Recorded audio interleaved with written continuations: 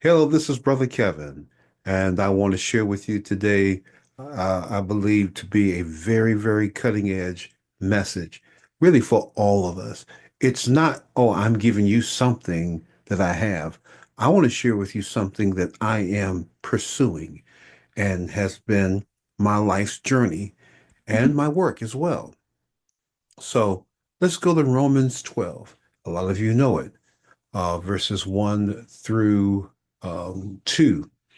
It says, I exhort you, therefore, brothers, by the mercies of God, that you present your bodies a living sacrifice, holy and acceptable, which is your reasonable service or act of worship. And don't be conformed to this world, but be ye transformed by the renewing of your mind, proving that which is good and acceptable and the perfect will of God.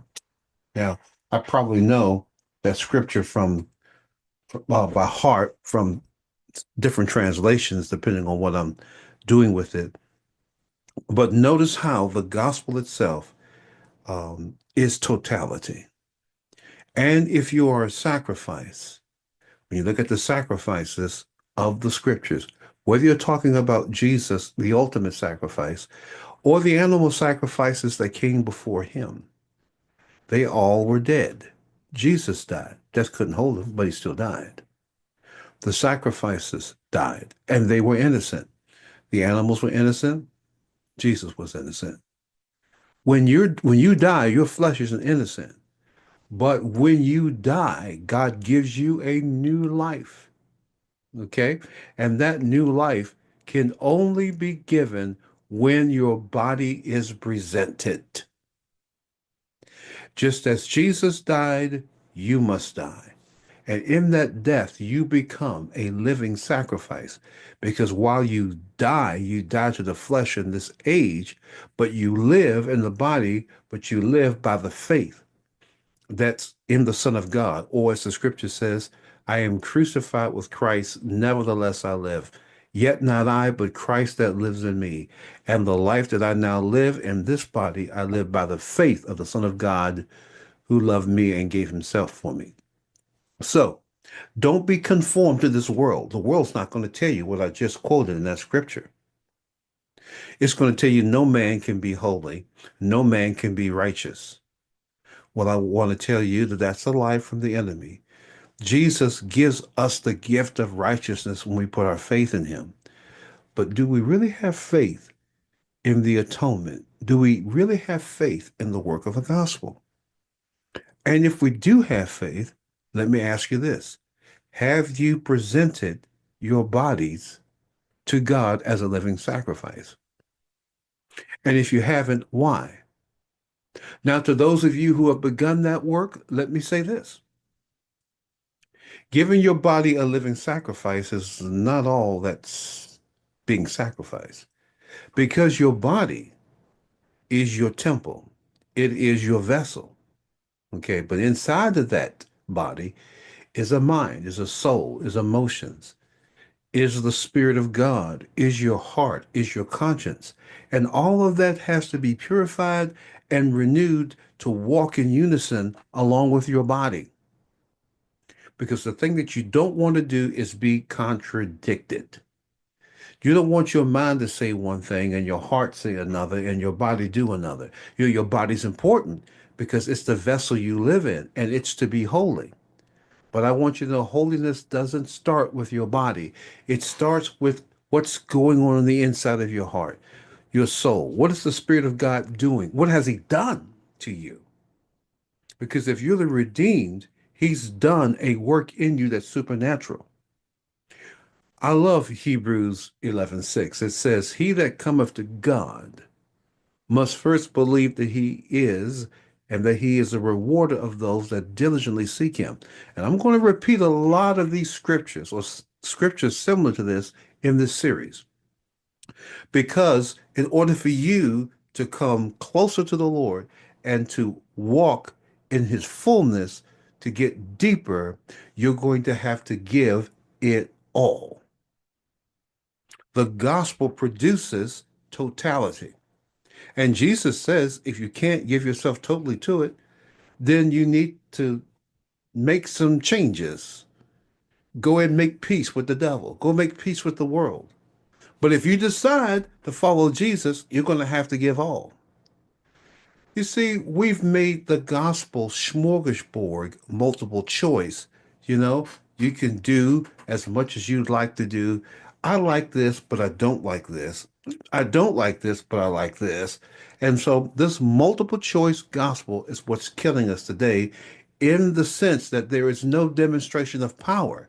Because if there was power to live a holy life and there was power to preach the gospel with authority, you would be smarter than Jesus because Jesus had to walk exactly like the Father told him to walk for that power to flow. And you can walk like the devil and have the same power Jesus had.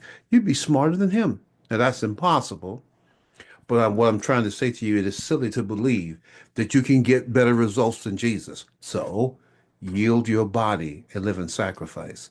Don't be conformed to the world, but be transformed by the renewing of your mind of the scriptures, of the promises.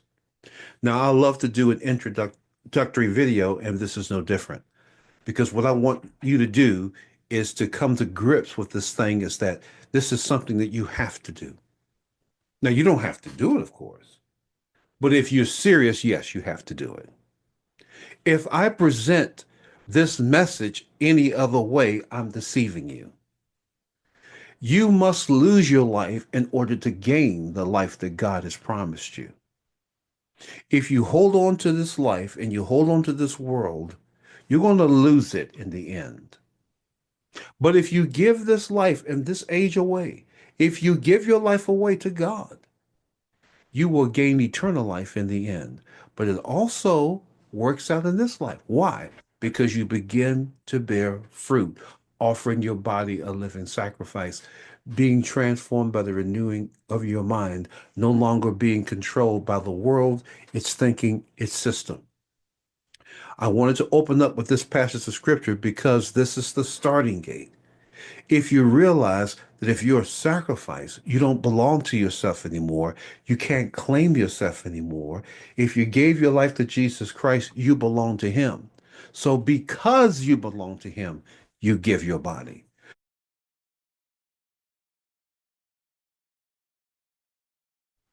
Hello, this is Brother Kevin, and we're going to continue on this theme that we started out in Romans 12. The product of the gospel is totality. Now, let's go ahead and take a look at this very important passage of scripture. Matthew 6:24. No one can serve two masters, for either he will hate the one and love the other, or else he will be loyal to the one and despise the other. You cannot serve God and mammon. As you can see, you can't serve two masters.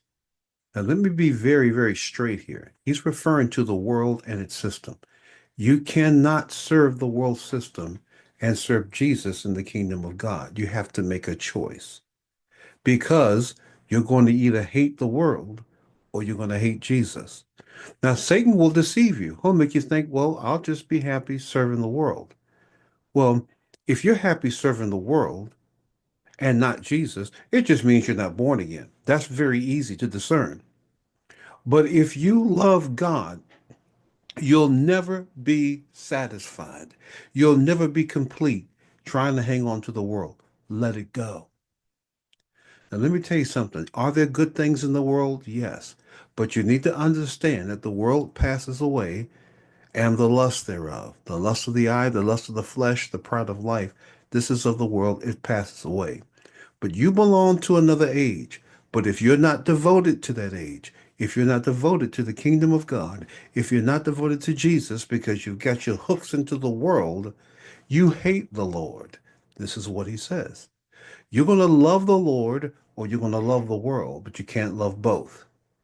Remember, as I've been saying to you from the first video in Romans 12:1 and 2, that you must give your body a living sacrifice. Totally given. You're no longer conforming to this world, but you're being transformed by the renewing of your mind. So cutting off the world and cutting off its counsel is so important.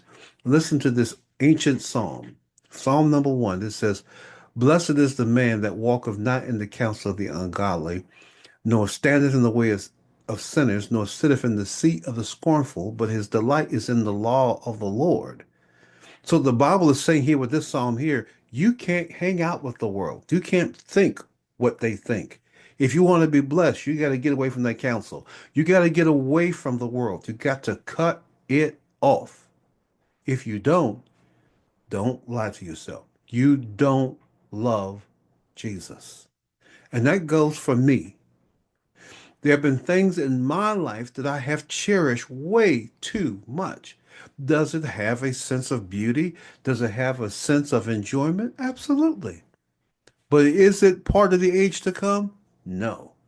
And the Lord has put his hands on it and said, it's too tight. You've got too much of a grip. This can usurp me at any time. And I tell you, we need to make that type of judgment. But let's go on to the next passage. Luke 9:23. And he said to all, if anyone would come after me, let him deny himself and take up his cross daily and follow me. Luke 14:26, 27, 33, and 34. If anyone comes to me and does not hate his father and mother, wife and children, brothers and sisters, yes, and his own life also, he cannot be my disciple.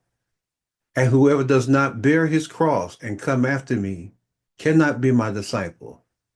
So likewise, whoever of you does not forsake all that he has cannot be my disciple.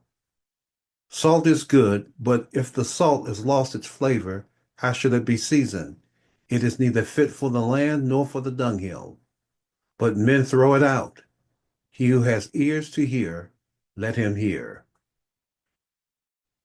Now, see, I believe this is where it's at. If you're going to really be serious in following Jesus, you must deny yourself. You can't be in charge. In order to follow him, you have to be able to forsake everything and everyone. It almost seems like the Lord is dropping this hydrogen bomb on your life. In a sense, he is. He's dropping that hydrogen bomb on the world system because the Lord knows something that many of us don't really think about. He knows this age is coming to an end. He knows your life is only 70, 80 years. Maybe some will make 100, but then that's it. So the Lord is going to try to come as hard as he can to get you separated from the age that is fading away. So he's going to make sure that you love him more than your wife, than your mother, than your sister, than your brother, than your buddies. He's going to make sure. Because if you don't, that means you hate him. If you have another master, that could be family. If you have another master, that could be your job or career. If you have another master, that could be the ministry. Woo-hoo. If you have anything in your life that you love more than Jesus Christ, you're an idolater. That's how the Lord is treating it. You're despising him when you don't give yourself totally to him.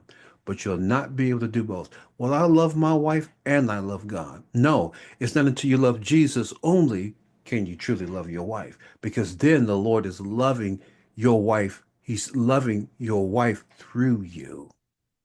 That's the difference. See, remember that. We're not talking about hating your children, hating your wife. It's allowing the Lord to be all because nobody can love your spouse and your children like he can in the first place. So, as I said to you before, totality is what makes the gospel. Now, this is what makes a Christian salty, is the devotion. We're tasteless when we become homogenized, when we become pasteurized, watered down. Then we no longer have any taste. Then we no longer offend the world. Well, that type of Christian life is good for nothing. And Jesus says people throw this type of seasoning, this type of salt away because it has no use. You take you taste it and there's nothing there. See, salt wasn't just good, wasn't just for taste, but salt was also good for preserving things, particularly in the ancient world. So you can take it two ways. you ain't got no taste as a Christian, or your life can't preserve anything. Nothing in your life can be preserved, nor can you preserve someone else, because your salt is gone. Your salt is weak. It has no taste. It has no substance. It has no grip. So people throw it out. Now, if the Lord is using this as a picture, as he often does, he's saying people take this type of Christian life and throw it out. Now, why would you know that Jesus is saying, I'm going to throw this type of individual out? So, what type of individual will not be thrown out? The individual that's salty. The individual that loves God, that loves the kingdom of God above all things. The one that is his master and his master only, which is Jesus. And you're not serving God and the devil, or you're not serving God and the world system. This is our foundation. You give your body a living sacrifice. You live holy and acceptable to him. You are crucified with Christ, nevertheless you live, not you, but Christ that lives in you. The life you now live in your body, you live by faith. And living by faith means Jesus is Lord and first over everything. Is it supernatural? Yes, it is supernatural, but you must believe it. If you try to do it, you're going to fail. But if you just yield yourself, give your life away, your mind, your soul, your body, everything away to Jesus, then grace comes and enables you or empowers you to be able to live a life of holiness and consecration. He that cometh to God must first believe that he is, and that he is a rewarder of those that diligently seek him. Do you seek him today? Do you diligently give all that you have to walk with Jesus Christ and to believe this gospel? These are questions that you have to ask yourself. I can't answer them for you, but I can put it before you. I ask myself these questions. I hope you don't think that I have a victorious Christian life every day. That's my goal, but often I don't. And sometimes I have to rebuke myself. Sometimes I have to allow myself to be reproved. You can never allow yourself to be satisfied. It's one of the most dangerous places that you can be. The Bible even says, let he that thinks he stand take heed lest he fall. Now I'm starting to preach. And not staying with the two scriptures I gave. And that's the problem when you're a preacher. But anyway, I sure hope that you have enjoyed this, and I sure hope it challenged you, because that's the whole point of it. The point is to make that commitment and don't be afraid. Because if you don't make a commitment to this, guess what you're making a commitment to? The world by default, because you can't serve two. So you might say, well, I don't know if I want to go that far. Well, guess what? You're in the world. If you can accept that, then we don't really have any problems, do we? You've made your decision that the world is going to be your master. But if Jesus is going to be your master, you're going to do everything he says. If any man follow me, let him deny himself, take up his cross daily and follow me. Follow him. He does not disappoint. But I'm going to tell you what disappoints him. It's people claiming to be his children and loving the world, calling it Christianity. That is a disgrace. But God is not mocked. Whatever a man sows, he shall reap. So let's not lie about it. You don't have to lie about it, because Jesus loves you. He gave his life for you, but it's time for you to believe it. Well, God bless you. We're going to continue on this theme. Until that time, remember, Jesus is coming back again. What type of person should you and I be? Bye-bye. Outreach, prayer, media, missions. Partner with us for the harvest. We are seeing great things in 5 villages in Bangladesh,